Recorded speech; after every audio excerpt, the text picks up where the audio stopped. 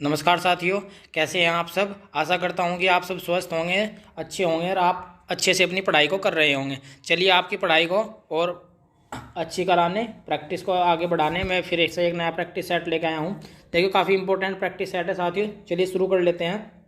देखो ध्यान से सारे क्वेश्चंस को ध्यान से सुनना है, समझना है और मतलब एक एक कंसंट्रेट करने के साथ मतलब बैठना भी है और पढ़ना भी है, ठीक है। क्योंकि ये फिजिक्स है और केमिस्ट्री बायोलॉजी है, मतलब ध्यान दोगे तो ही आपको अच्छा समझ में आएगा, ठीक है। तो पहले क्वेश्चन को देख लेते हैं।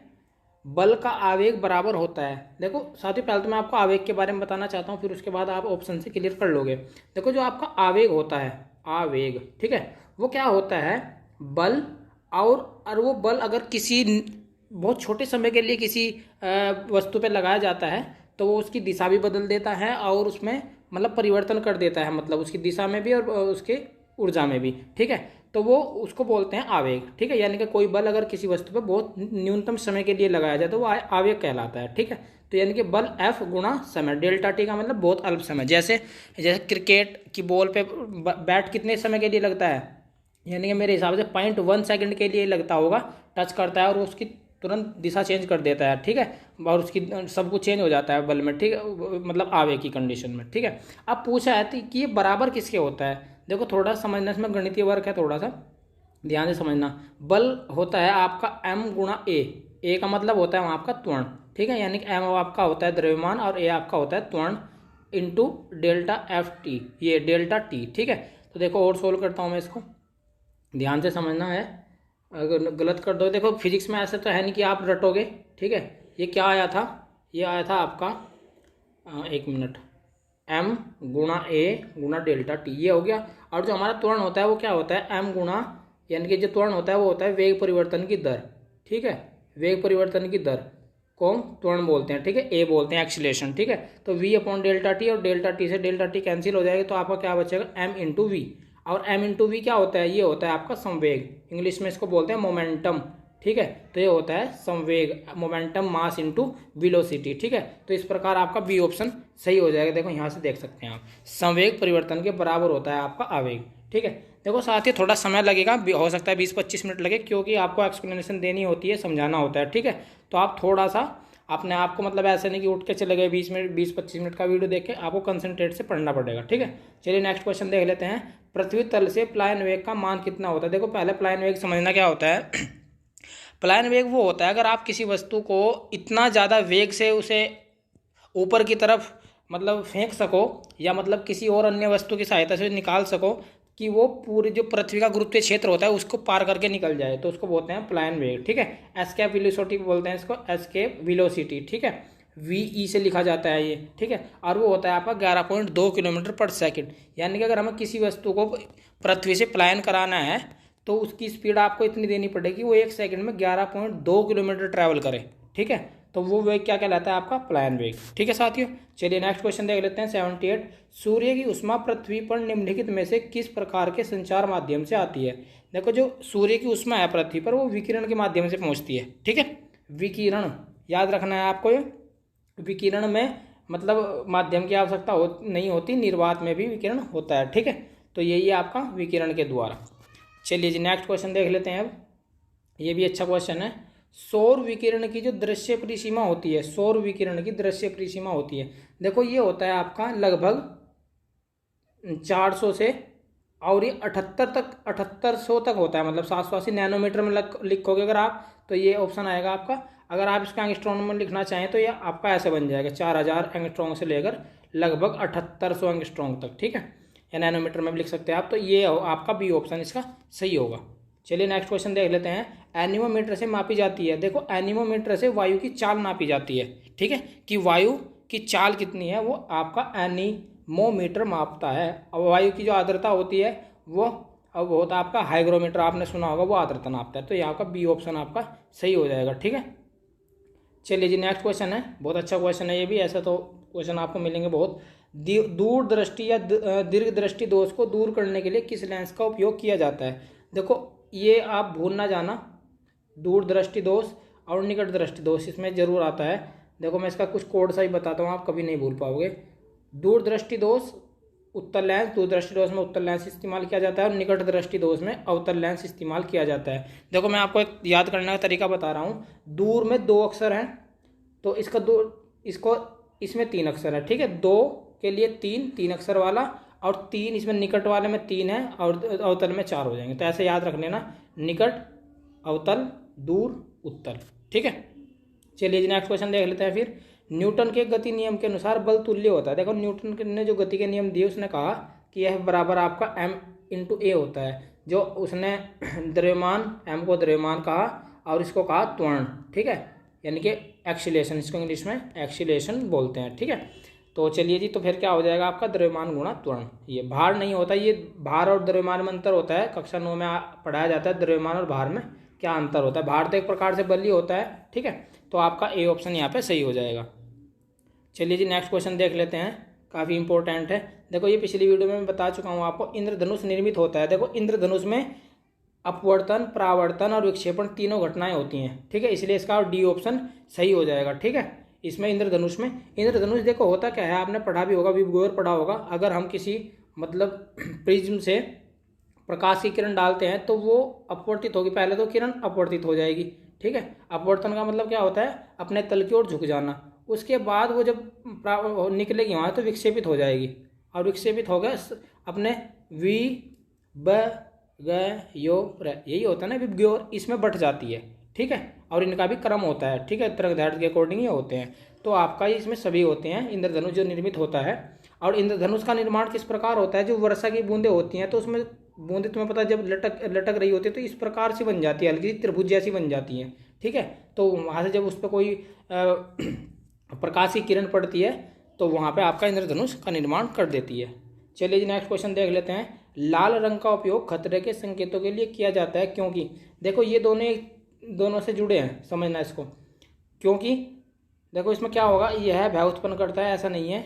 इसका प्रकीर्णन कम होता है, ये सही है बिल्कुल, ठीक है। देखो प्रकीर्णन के बारे में बात करता हूँ। प्रकीर्णन होता क्या है, प्रकीर्णन होता है स्कैटरिंग इसको इंग्लिश में बोलते हैं, ठीक है। स्कैटरिंग का मतलब है किसी रंग का चारों दिशाओं में फैल जाना, जल्दी फैल जाना। और जो आपका लाल रंग होता है, देखो लाल रंग की क्या क्वालिटी होती है, उसकी तरंगदैर्घ्य लंबी होती है। ध्यान से समझना इस चीज़ को, अगर इस एक्सप्लेनेशन को समझ गए आप बहुत क्वेश्चन सही कर लोगे। लाल रंग की तरंगदैर्घ्य सर्वाधिक होती है, तरंगदैर्घ्य होती है वेवलेंथ। ये क्या होती है आपकी वेवलेंथ का मतलब होता है, यानी कि जो लाल रंग की तरंग है उसकी लंबाई, ठीक है, तरंग की लंबाई। तो इसकी जब तरंग की लंबाई ज़्यादा है तो ये दूर तक दिखती है, दूर तक जाती है। तुम इसको प्रैक्टिकल को करके देख सकते हैं। आप लाल रंग की कोई वस्तु लें और किसी अन्य वस्तु की मतलब अन्य रंग की वस्तु लें, जैसे पीली है या आपका बैंगनी है, नीली है, उन दोनों को कहीं पर रख दीजिए और दूरी बढ़ाते जाइए, आप उससे दूर होते जाइए तो आप देखोगे कि कुछ दूरी के बाद आपका दूसरा कलर दिखना बंद हो जाएगा और लाल रंग आपको दिखता रहेगा, ठीक है। ये होता है तरंगदैर्घ्य के कारण।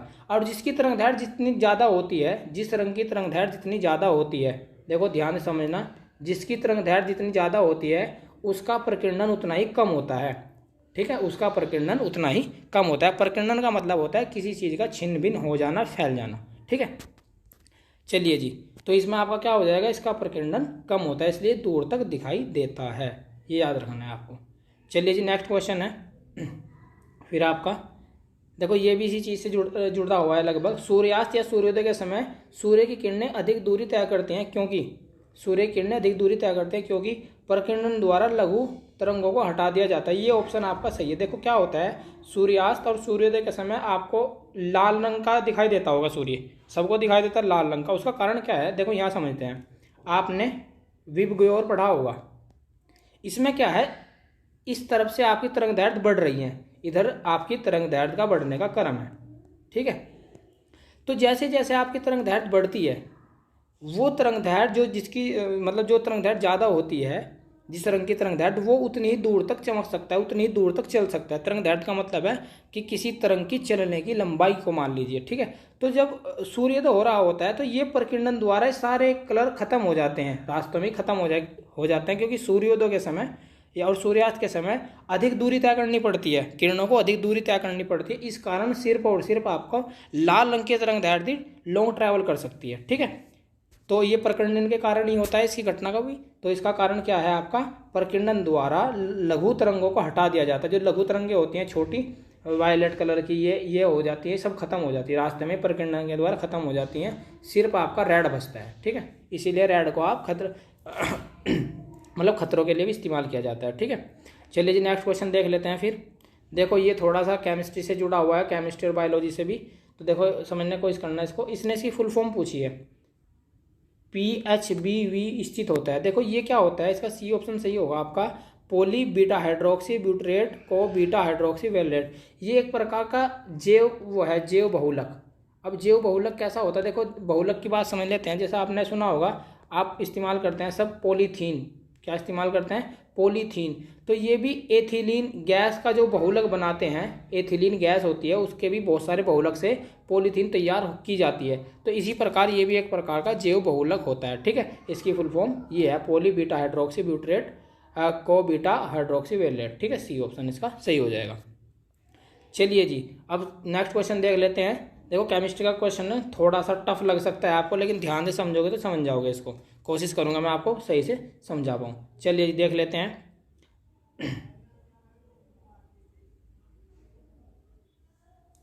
देखिए साथियों, इसने कहा है कि 2 ध्यान से समझो इसको, 2.76 ग्राम सिल्वर कार्बोनेट को गर्म करने पर अवशेष का भार कितना होगा। देखो इसको थोड़ा सा ध्यान से समझते हैं। पहले सिल्वर कार्बोनेट क्या होता है आपका, सिल्वर कार्बोनेट होता है Ag2CO3।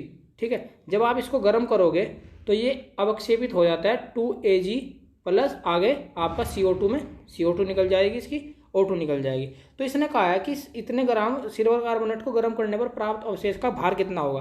देखो इसको ऐसे समझते हैं, जो पूरा इसका ये सूत्र होता है, अगर इसका आप कॉम्बिनेशन करोगे Ag2CO3 का, तो क्या पाओगे कि आपका 276 ग्राम में से जो Ag निकलता है वो 216 ग्राम निकलता है। ठीक है, ऐसे ही करके निकाला जाता है। तो देखो 276 ग्राम से तो निकलता है 216 ग्राम, 216 ग्राम सिल्वर आपका।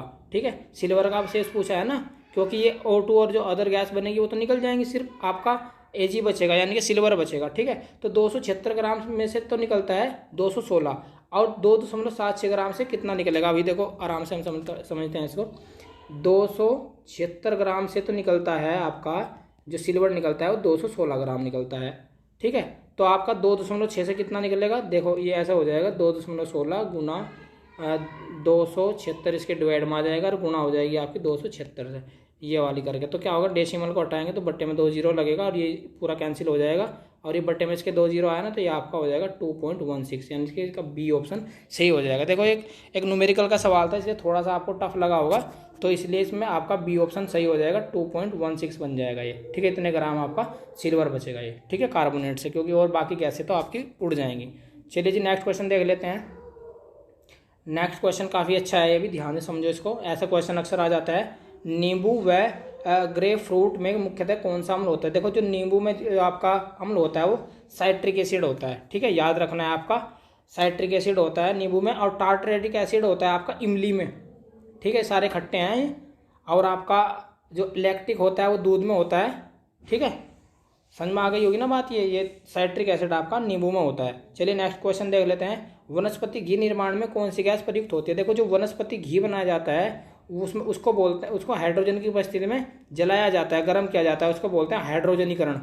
ठीक है, हाइड्रोजन गैस की उपस्थिति में, और निकल भी इसमें उत्प्रेरक का कार्य करता है, इसे हाइड्रोजनीकरण बोलते हैं। ठीक है, याद रखना है इसको।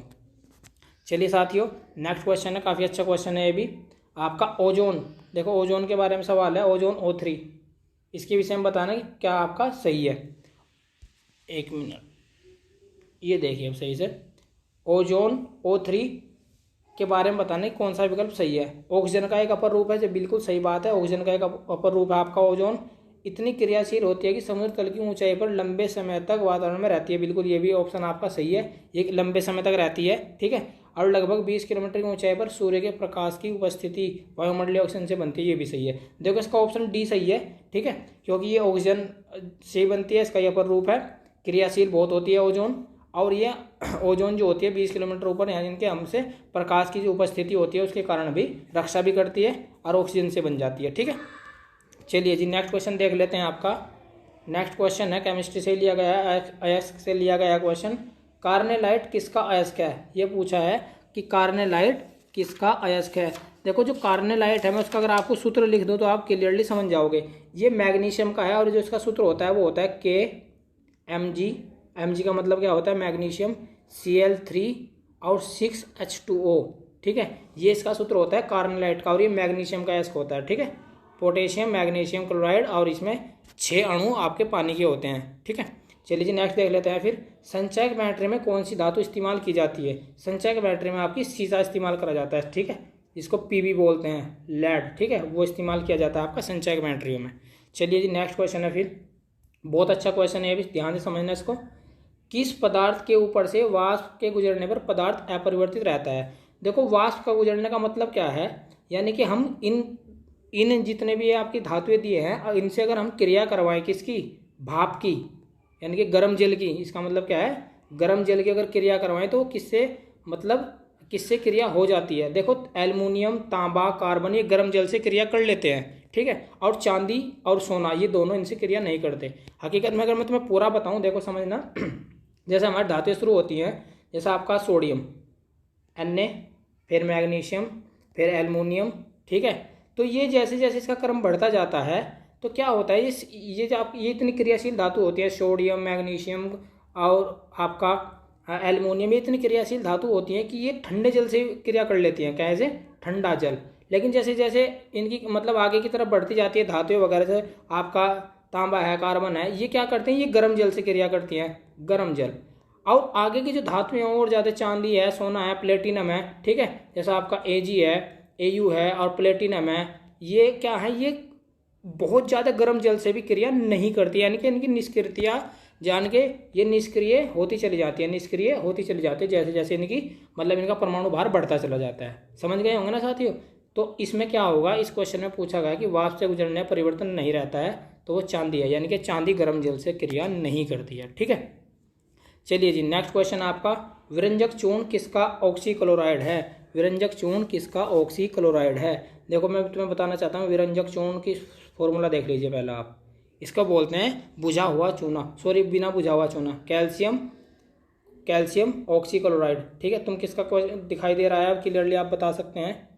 ठीक है, ये कैल्शियम का है, देखो ये लिखा हुआ है कैल्शियम, Ca, ये कैल्शियम का आपका वो होता है, ऑक्सीक्लोराइड होता है। ठीक है, चलिए जी नेक्स्ट क्वेश्चन है फिर आपका,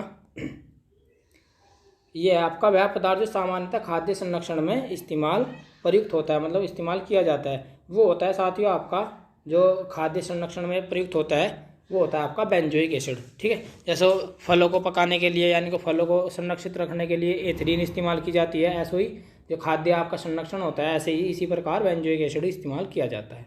ठीक है, अब 4 क्वेश्चन आपके बायोलॉजी से हैं, थोड़ा ध्यान से समझना है इनको, और बायोलॉजी की ज़्यादा प्रैक्टिस कीजिए, थोड़ा टफ लगता है, मुझे भी टफ लगता है बायोलॉजी। ठीक है, ग्रास नली द्वार पर लटकी हुई पत्ती के समान उपस्थित में रचना क्या कहलाती है।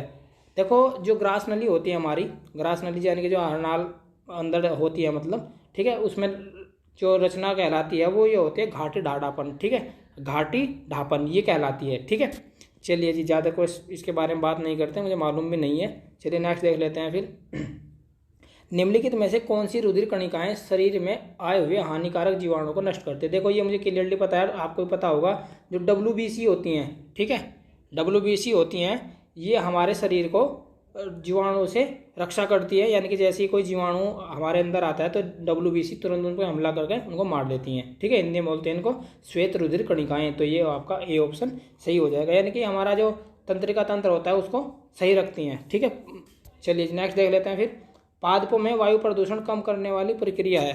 देखो पादप आप समझते होंगे, पादप बोलते हैं पेड़ों को, वृक्षों को। ठीक है, वृक्ष पेड़। ठीक है, तो ये कह रहे हैं कि वायु प्रदूषण किस प्रकार कम किया जाता है। देखो वायु प्रदूषण कम किया जाता है प्रकाश संश्लेषण की क्रिया द्वारा। प्रकाश संश्लेषण की क्रिया में आप जानते हैं क्या होता है, प्रकाश संश्लेषण की क्रिया में मतलब पेड़ पौधे वो कार्बन डाइऑक्साइड लेते हैं, कार्बन डाइऑक्साइड और जल की उपस्थिति के कारण क्लोरोफिल की हेल्प से क्या बना देते हैं, ऑक्सीजन बना देते हैं, थोड़ा सा पानी बनता है। ठीक है, यानी कि ऑक्सीजन CO2 ली और ऑक्सीजन बना दी, तो इस प्रकार ये वायु प्रदूषण को कम कर देते हैं। चलिए जी नेक्स्ट क्वेश्चन है आपका, जठर रस में उपस्थित HCl का प्रमुख कार्य है। देखो जो जठर रस होता है उसमें जो HCl होता है उसका क्या क्या कार्य होता है, देखो ध्यान से समझना इसको। सबसे पहले तो भोजन को अम्लीय बना देता है, ठीक है, यानी कि जो अम्लीय हो जाता है तो क्या होता है, जो उसके अंदर छोटे मोटे जीवाणु होते हैं वो खत्म हो जाते हैं। दूसरा, वो सड़ना बंद हो जाता है। अगर HCl ना होता तो वो सड़ जाता, लेकिन उसको सड़ना नहीं सड़ेगा। मान लो 5-6 घंटे अमाशय में भोजन होता है तो वो नहीं सड़ेगा, ठीक है। दूसरा क्या होता है, जो हमारे अंदर ये होते हैं 2 प्रकार के, मतलब पेप्सिन और रेनिन, 2 एंजाइम होते हैं, इनको एक्टिव कर देता है, ठीक है, इनको एक्टिव भी कर देता है। देखो ये लिखा हुआ है, निष्क्रिय प्रोपेरेनिन को सक्रिय करना, यानी कि रेनिन इनको सक्रिय कर देता है, पेप्सिन इसको भी सक्रिय कर देता है, ये रहा निष्क्रिय पेप्सिनोजन को सक्रिय करना, और अम्ल को माध्यम ये बनाना, अम्लीय बनाना माध्यम को। तो इस प्रकार आपका डी ऑप्शन बिल्कुल सही हो जाएगा, ठीक है। HCl के देखो बहुत सारे कार्य हैं, रेनिन को और पेप्सिन को, इन दोनों को सक्रिय करना और माध्यम को अम्लीय बना देना, उसे सड़ने से बचाना, ठीक है, जीवाणु खत्म कर देना, ये बहुत सारे कार्य होते हैं HCl के। चलिए नेक्स्ट क्वेश्चन है और लास्ट क्वेश्चन है आज की वीडियो का, ध्यान से समझना इसको। प्रकाश संश्लेषण क्रिया का अंतिम उत्पाद है। देखो प्रकाश संश्लेषण की बात आती है तो मैं इसकी पूरी क्रिया लिख देता हूँ, आप ध्यान से समझना। क्या होता है प्रकाश संश्लेषण में, जो हमारे पौधे होते हैं वो कार्बन यानी कि वायुमंडल की कार्बन डाइऑक्साइड गैस को पानी की उपस्थिति में, ठीक है, पानी की उपस्थिति में, और लाइट होनी चाहिए, ठीक है, लाइट और क्लोरोफिल, जो पत्ती के अंदर क्लोरोफिल होता है ना, क्लोरोफिल, इसी के कारण ये प्रकाश संश्लेषण की क्रिया होती है, ये इसमें एक प्रकार से इसको संचालित करता है। लाइट की उपस्थिति होनी चाहिए और क्लोरोफिल की। तो फिर क्या बनता है आपका, तो ग्लूकोज बनता है। देखो ग्लूकोज ऊपर लिख देता हूँ मैं, C6H12O6, बहुत इंपॉर्टेंट क्रिया है ये, प्रकाश संश्लेषण की लिखने को आती थी 9वीं 10वीं में। तो एक ग्लूकोज बन जाता है आपका C6H12O6, और आपकी ऑक्सीजन बनती है, 6 अणु ऑक्सीजन के बनते हैं, और थोड़ा सा पानी भी बनता है आपका 6H2O, ठीक है, यानी कि 12 अणु पानी के यूज होते हैं, लेकिन 6 अणु पानी के निकल भी जाते हैं, ठीक है, और ऑक्सीजन बनती है। 6 अणु क्या के आते हैं, कार्बन डाइऑक्साइड के आते हैं, CO2 के, और 6 अणु आपके ऑक्सीजन के बन जाते हैं। लाइट की उपस्थिति होनी जरूरी है, क्लोरोफिल पत्तियों के अंदर होता है, तो इस क्रिया से ये आपका ग्लूकोज बन जाता है। देखो ग्लूकोज का सूत्र क्या है, C6H12O6, ठीक है। लेकिन जो ये ग्लूकोज बनता है, ठीक है, ये पत्तियों में जो आपका जो मतलब ग्लूकोज जो पैदा होता है वो मंड के रूप में परिवर्तित हो जाता है, मंड के रूप में, याद रखना। ग्लूकोज तो तुम्हें इसमें ऑप्शन में कहीं भी नहीं दिखाई दे रहा है, ठीक है, ये मंड के रूप में आपका पत्तियों के अंदर संचित हो जाता है, और वो धीरे धीरे मंड के रूप में आपका सारी जगह कोशिकाओं में वो फैलता रहता है, ठीक है।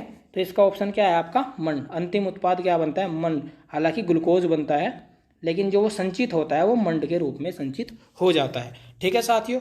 तो चलिए इस वीडियो में इतना ही था, मिलेंगे फिर नेक्स्ट वीडियो में, और तब तक के लिए आप मेहनत करते रहिए। देखिए साथियों, अगर आप मेहनत करते रहोगे तो कामयाब जरूर होगे, ये इस बात का विश्वास रखना। कामयाबी तभी मिलती है अगर आप मेहनत करोगे, किस्मत के ऊपर नहीं छोड़ना। किस्मत का नंबर सिर्फ इतना होता है कि अगर आपको जिला आपका आप सोच रहे हैं कि मुझे मेरठ जिला मिल जाए या मुझे शामली मिल जाए, और हो सकता है कि रामपुर या मुरादाबाद मिल जाए, सिर्फ इतनी सी किस्मत होती है। लेकिन नंबर लाना, किसी भर्ती में पेपर को पास करना, आपका फाइनल सिलेक्शन होना, वो मेहनत पर ही निर्भर करता है, ठीक है। तो चलिए साथियों, बहुत सारी शुभकामनाओं के साथ मिलेंगे फिर नेक्स्ट वीडियो में। तब तक के लिए धन्यवाद। स्वस्थ रहिए, मस्त रहिए और पढ़ते रहिए।